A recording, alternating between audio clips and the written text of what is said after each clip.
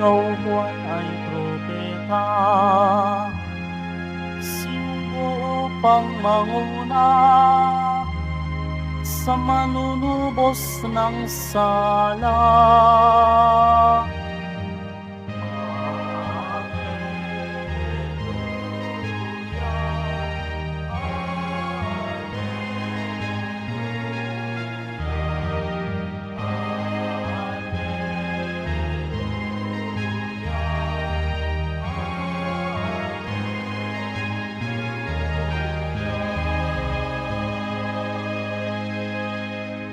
Sumainyo ang Panginoon. At sumaiyo rin. Ang mabuting balita ng Panginoon ayon kay San Lucas. Papuri sa iyo, Panginoon.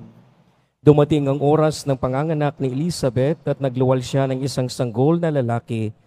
Nabalitaan ng kanyang mga kapitbahay at mga kamag-anak na siya'y pinagpala ng Panginoon at nakigalak sila sa kanya. Nang ikawalong araw dumalo sila sa pagtutuli ng sanggol. Sakarias sana ang ipinangangalan sa kanya gaya ng kanyang ama. Ngunit sinabi ng kanyang ina, hindi, Juan ang ipangangalan sa kanya. Subalit wala isa man sa iyong mga kamag-anak ang may ganyang pangalan, wika nila. Kaya't hinudyatan nila ang kanyang ama at tinanong kung ano ang ibig niyang itawag sa sanggol. Humingi siya ng masusulatan at sumulat ng ganito, Juan ang kanyang pangalan. At namangha silang lahat pagkadakay nakapagsalita siya at nagpupuri sa Diyos. Natakot ang lahat ng kanilang kapitbahay anupat naging usap-usapan sa buong kaburulan ng Hudiya ang mga bagay na ito. Pinakaisip-isip ito ng lahat na nakaalam at ang kanilang tanong, maging ano kaya ang batang ito? Sapagkat maliwanag ng sumasa kanya ang Panginoon. Lumaki ang bata at naging malakas ang kanyang espiritu. Siya'y tumira sa ilang hanggang sa araw na nagpakilala siya sa Israel. Ang mabuting balita ng Panginoon. Pinupuri ka namin, Panginoong Hesukristo. Magsiupo muna ang lahat. Happy Fiesta po sa ating lahat. Maligayang pagbatis nitong kapistahan ni San Juan Bautista. Tatlong personalidad po ng Biblia ang ipinagdiriwang natin kanila mismong araw ng kapanganakan. Ang ating Panginoong Jesucristo, of course, ang ating mahal na Birheng Maria, ating itong si San Juan Bautista. At kalakip ng ating pagdiriwang nitong kapistahan o solemnidad ng kapanganakan ni San Juan Bautista ay atin din mismong maalala ang ating mga pangalan nung tayo'y bininyagan. Dahil sa binyag, maalala din natin si Juan Bautista na nagbinyag sa ating Panginoon Jesucristo. At dito nga ang usap-usapan na kanya mismong kamag-anak ang pagbibigay sa kanya ng pangalan. Importante po ang pangalan. Dahil nire-relate po ito natin sa kung ano man ang magiging ang isang bata. Na sana po lahat ng ating pinangangalan sa mga sanggol ay merong ugnayan mismo o kwento ng pamilya o mag-asawa upang meron po itong pagpapakahulugan kung papaanong lumaki ang isang bata. Hindi lamang itong mga tradisyon na merong pagbabago o pagtawag ng isang pangalan ng tao, maging noon pa naman sa lumang tipan na halimbawa po si Abraham ay tinawag na Abraham, si Jacob na tinawag na Israel, si Simon na tinawag na Pedro, Kepas, ibig sabihin bato.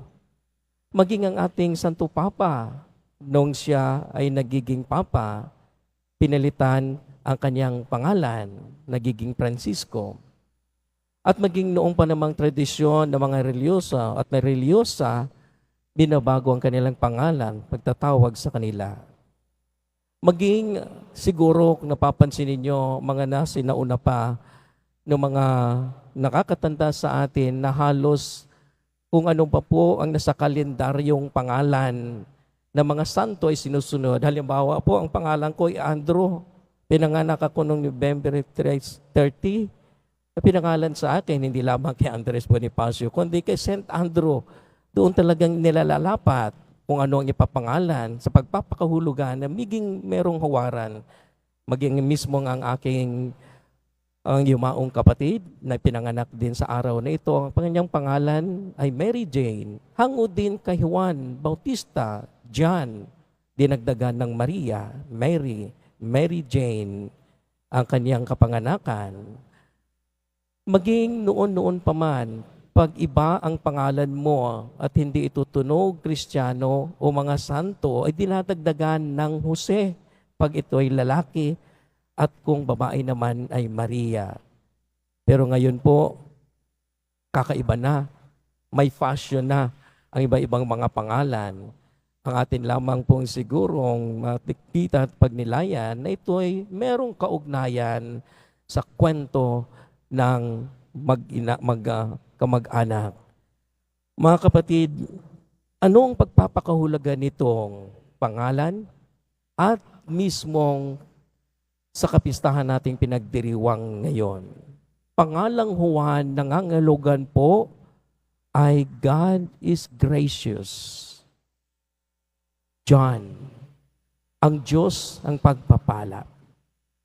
Bagamat meron mismong mga kwento sa loob, merong mga problemang napapaloob sa kwento ng pagpapangalan nito na dapat sana siguro Zacarias para ipapangalan kay Juan dahil ang kanilang tradisyon na ipapangalan ito sa kanilang lulo o tatay pag ito'y lalaki.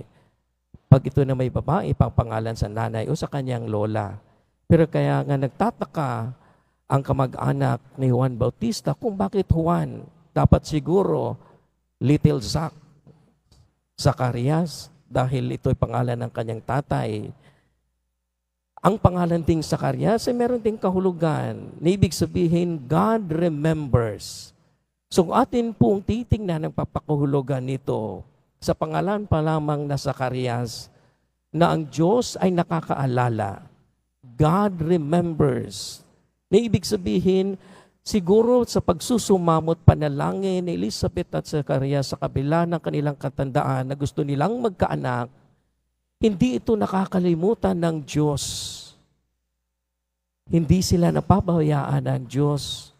Kung kaya nga malaking milagro sa kabila ng kanilang edad, nagkaroon pa sila ng anak. At ito nga ang katauhan ni Juan Bautista na ang kahulugan naman na ang Diyos ay pagpapala or God is gracious ay isang biyaya. Biyaya. Paano din natin i-connect ito? Sisters and brothers, we have to think of the many John moments in our lives. Isipin po natin at alalahanin natin yung mga pagkakataon na itong Juan ng ating pagkatao, ng ating buhay, na ibig sabihin that God is so gracious to us, na baka naman po namimili lang tayo ng pagkakataon ng pagpapala ng Diyos ay tumarating sa ating buhay, ng iba ang pagtingin ng pagpapala o biyaya ay material. Kung kaya nga po, kung ating masubaybayan, pag may mga contest sa mga bata, karamihan po itong tatanong, anong gustong maging? Maging nurse, maging doktor, maging kung anong mga dekalibre na mga profesyon. Wala pong masama. Pero bibihira po o wala po siguro akong narinig na mayroong magsasabing, gusto ko pong maging magsasaka. Gusto ko pong maging mangingisda. Pero itong mga profesyon na ito, na parang kala natin ay hindi importante sa ating komunidad. Pero kung ating titingnan pong malalim, kung wala ito sila, halimbawa sa magsasaka, kahit anong kalibreng doktor ka, engineer ka, nurse ka, pag walang magbibigay sa iyo at nagtatanim ng iyong makakain, gutom ka, magkakasakit ka. Pag walang dekalibre at mangingisda natin, nagsisikap na mangingisda na lumalayag, pag walang gagawa nito, anong propesyon ang maitutulot ng gusto ng isang bata? Mga kapatid, this is minsan, ito po yung tinatawag ng standard ng ating buhay para bang minamaliit natin.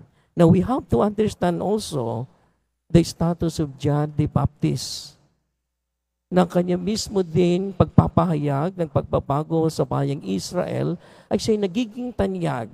Kinikilala nga siya. Ang akala nga ng iba na siya ay Mesiyas. Siguro kung mapagsamantala si Juan Bautista at sasabihin niyang ako.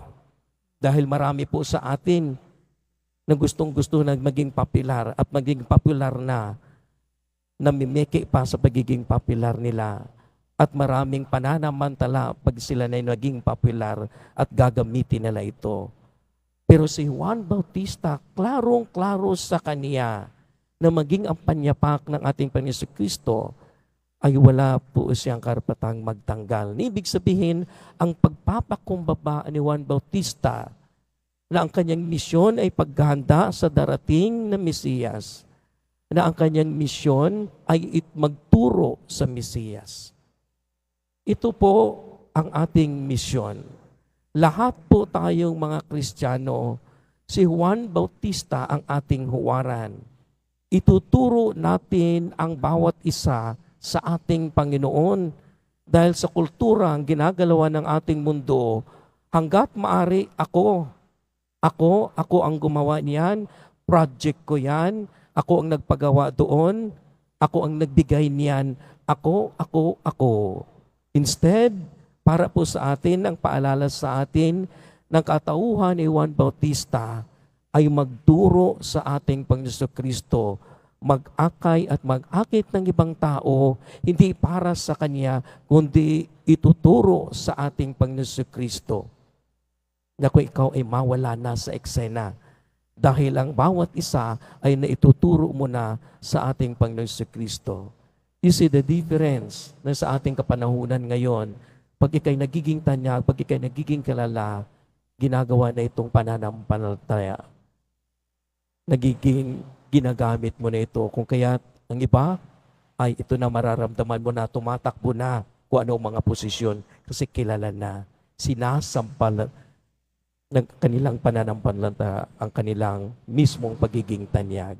Hindi ito sa katauhan ni Juan Bautista. Ang ating pagdiriwang ng kanyang kapistahan ay ang pag-alala po natin din mismo ng ating misyon.